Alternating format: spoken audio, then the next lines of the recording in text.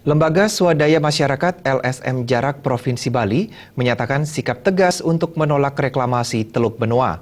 Sejalan dengan pernyataan itu, puluhan anggota LSM Jarak melakukan penanaman pohon mangrove di Pulau Serangan, Denpasar Selatan. 500 bibit pohon mangrove ditanam di sebelah timur Pura Sakenan. Bibit pohon mangrove ini dibagi merata kepada puluhan anggota LSM Jarak. Aksi lingkungan ini dilakukan pagi hari untuk menghindari air pasang.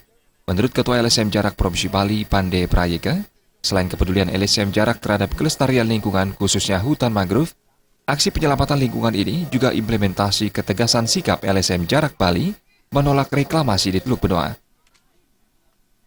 Kegiatan ini kita lakukan sama anggota LSM Jarak Bali dan juga Badung. Di samping kita peduli terhadap lingkungan Bali, ini salah satu bentuk penolakan kami terhadap reklamasi Teluk Benoa yang di Bali. Karena kalau di Bali ini bukan adalah negara, tetapi Bali ini pulau. Jadi kami sayang Pulau Bali, jangan rusak Pulau Bali. Dengan karena itu kami buat kegiatan ini. Pande juga menegaskan LSM Jarak Bali mendesak pemerintah Provinsi Bali dan pemerintah daerah, termasuk DPRD Provinsi, Kabupaten, dan Kota di Bali, membuat petisi untuk membatalkan dan mencabut Perpres 51 tahun 2014. Jadi LSM Jarak tegas untuk menolak reklamasi Teluk Benoa, karena LSM Jarak peduli terhadap lingkungan Bali. Karena itu inilah kepedulian kami untuk menanam pohon mangrove. Serangan, kenapa kita ambil Serangan? Karena ini salah satu tempat yang dulunya direklamasi tetapi tidak ada hasil apa, tidak ada kekayaan apa yang kita bisa ambil dari sini. Kita tidak mau adanya reklamasi kedua kalinya yang tidak bermanfaat bagi kita nantinya.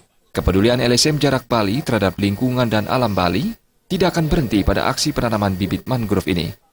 Pande menyatakan akan ada aksi lingkungan lainnya yang akan dilakukan LSM Jarak sebagai bagian kepedulian LSM Jarak terhadap tanah pertiwi Pulau Bali, sekaligus ikut bersama-sama rakyat Bali menolak berbagai aktivitas mengeksploitasi alam lingkungan Bali yang cenderung merusak, termasuk menolak tegas rencana pihak-pihak untuk melakukan reklamasi Teluk Benoa.